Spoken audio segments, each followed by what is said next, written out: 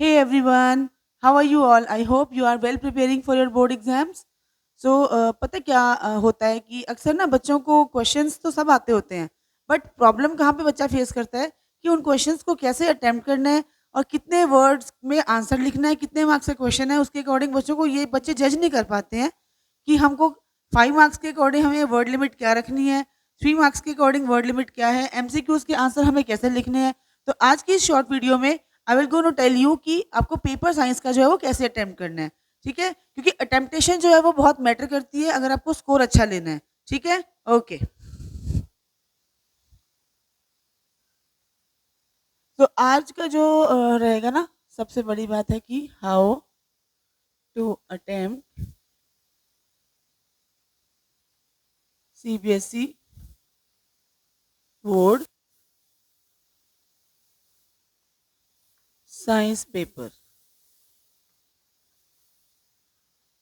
Science का exam हमने कैसे अटेम्प्ट करना है सो दैट कि एग्जामिनर जो इवेल्युएटर होगा उसको कोई प्रॉब्लम ना आए आपको इवेल्युएट करने में।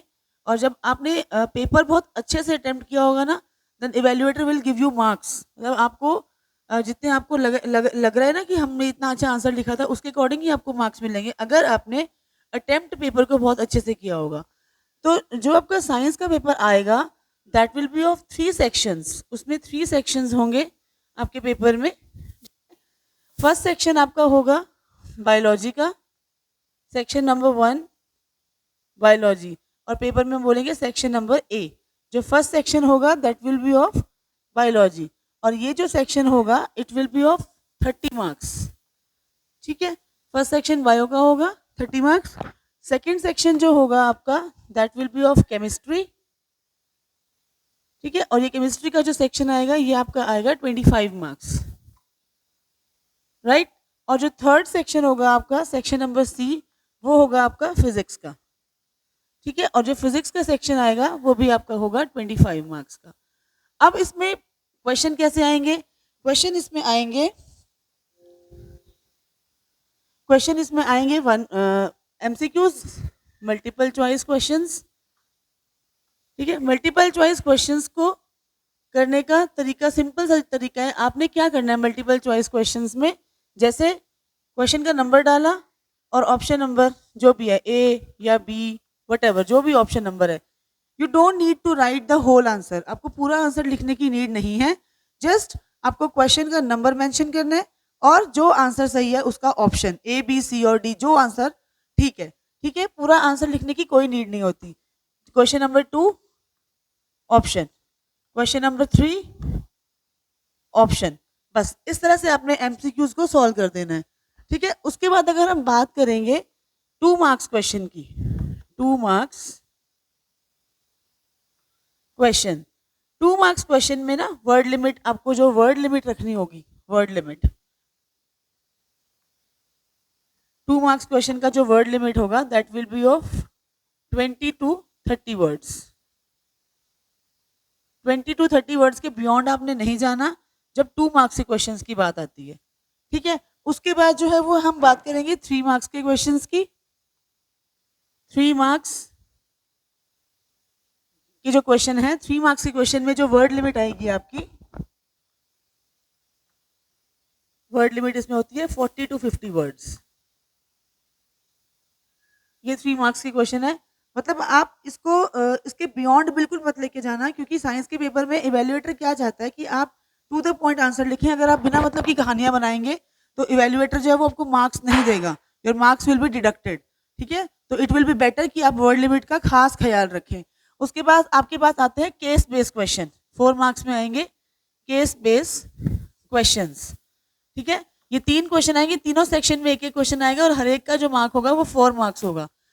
ये 4 मार्क्स केस बेस के अकॉर्डिंग होंगे। केस बेस क्वेश्चन का मतलब ये है कि आपको ऊपर पैराग्राफ दिया होगा। ठीक है, कोई भी केस दे देंगे, एक पैराग्राफ दिया होगा, इसको इंग्लिश वाला अनसिन पैसेज समझने की भूल नहीं करनी। जैसे इंग्लिश में अनसिन पैसेज आता है, ये साइंस में अनसिन पैसेज नहीं होता। कभी आपने जो है उस पैराग्राफ में से आंसर नहीं ढूंढने, उस पैराग्राफ में आंसर नहीं मिलेंगे आपको। वो पैराग्राफ आपको क्यों दिया जाता है?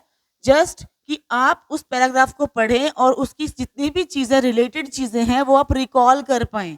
आपको atoms and metals and non metals का कोई पैराग्राफ दे देंगे, ठीक है? वो इसलिए दिया जाता है ताकि उसकी जितनी भी रिलेटेड आपको चीज़ें आपके टीचर ने बताई हैं, आप वो सब चीज़ें रिकॉल कर पाएँ और उस रिकॉलिंग के according you can give the answers of the question given. Unseen passage जैसे इंग्लिश में आता है सेम आपको वही लगेगा, बट वो अनसीन पैसेज नहीं है। उसमें आपको केस बेस के क्वेश्चन का एक भी आंसर नहीं मिलेगा और आपको वहां से ढूंढना भी नहीं है। क्लियर? Getting my point?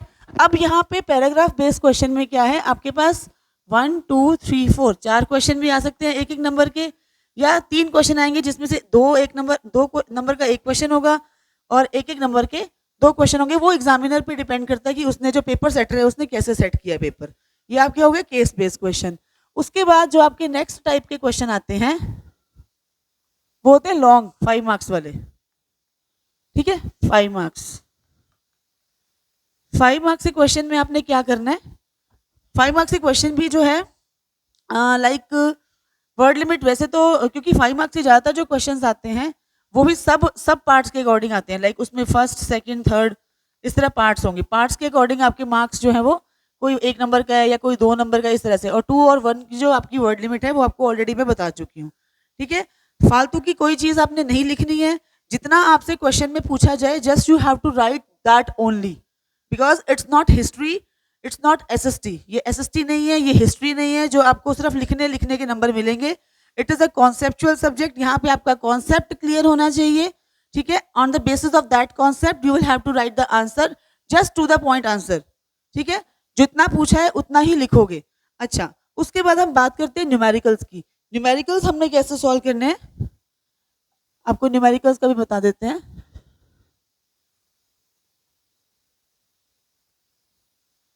ठीक है, अगर न्यूमेरिकल्स आ गए, सपोज 13 मार्क्स के न्यूमेरिकल्स आएंगे, 11 to 13 मार्क्स के, ठीक है? फिजिक्स में जो न्यूमेरिकल्स हैं उसमें आपको कैसे सॉल्व करना है, उसमें आप सबसे पहले लिखोगी कि गिवन आपके पास क्या क्या चीजें जो है वो गिवन है, गिवन क्या है, ठीक है?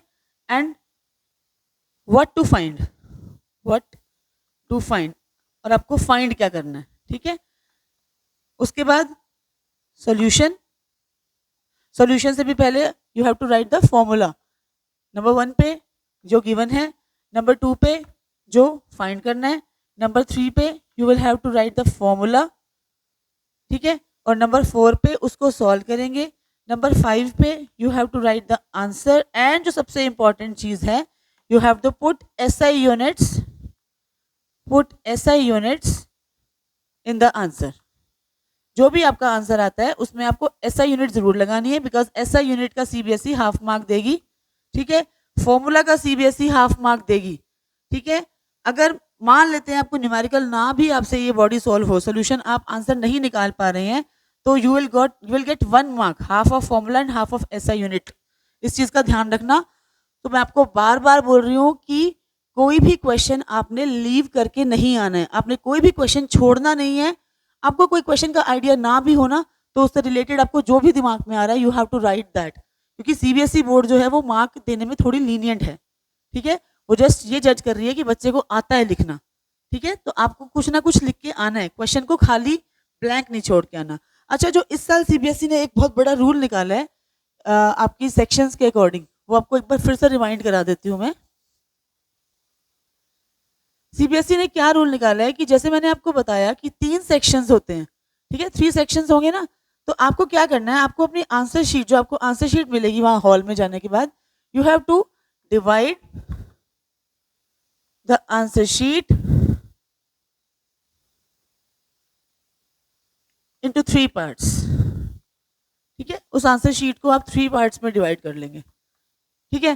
फर्स्ट पार्ट जो होगा वो आपका केमिस्ट्री के लिए रहेगा, फर्स्ट पार्ट जो रहेगा वो आपका बायो के लिए रहेगा। आई writing again, first part bio के लिए रहेगा, सेकंड जो पार्ट रहेगा वो केमिस्ट्री के लिए रहेगा, और जो थर्ड पार्ट होगा वो फिजिक्स के लिए रहेगा। अच्छा, सपोज आपने बायोलॉजी का पार्ट शुरू किया और आपको बायोलॉजी का कोई एक क्वेश्चन बीच में से नहीं आया, ठीक है? तो हर साल क्या होता था कि बच्चा वो क्वेश्चन लास्ट में कर देता था, बट इस बार सीबीएसई ने क्या रूल निकाला है कि अगर आप अपने सेक्शन को छोड़कर बायो का क्वेश्चन कहीं और कर देते हो तो वो क्वेश्चन जो है वो कंसीडर नहीं होगा, it will not be consider, उसको कंसीडर नहीं किया जाएगा। तो ये जो सबसे मेन जो सीबीएसई ने इस बार रूल निकाला है कि क्वेश्चन अगर बायोलॉजी के पार्ट का है then 100% you will write that answer on the biology part. अगर आप उसको केमिस्ट्री पार्ट में लिख रहे हो तो वो क्वेश्चन आपका बायो का जो है वो कंसीडर ही नहीं करेगी इवेल्युएशन के टाइम। जो पेपर चेक करेगा टीचर वो आपके उस क्वेश्चन को कंसीडर नहीं करेगा, क्योंकि सीबीएसई ने ये रूल बनाया है। तो that is why I am saying कि आपको जैसे ही आंसर शीट मिलती है उस आंसर शीट को आपको 3 पार्ट्स में डिवाइड कर लेना है। फर्स्ट पार्ट पे आपको बायो करना है, सेकंड पे केमिस्ट्री बायो केमिस्ट्री फिजिक्स, ये भी इसी लाइन में चलेंगे, आप फिजिक्स पहले नहीं करके आएंगे।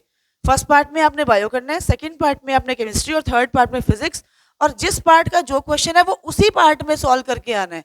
उल्टे सीधे पार्ट मत कर देना, वो क्वेश्चन आपका कंसीडर नहीं होगा and you will not get any mark. ये एक मेजर रूल जो इस बार चेंज हुआ है, ठीक है। तो जैसे मैंने आपको बताया, आपने पेपर अगर ढंग से अटेम्प्ट किया, ठीक है, then obviously you will get your good scores. Virat Kohli भैया आप बाद में आना, अभी बच्चों का पेपर चल रहा है, ठीक है। तो बायोलॉजी फर्स्ट, केमिस्ट्री और उसके बाद में फिजिक्स। तो आई होप आपको मेरी सारी इंस्ट्रक्शन समझ में आ गई होंगी, ठीक है। स्टिल अगर कोई डाउट होगा देन आप मुझे कमेंट सेक्शन में कमेंट करके पूछ सकते हैं। Thank you so much.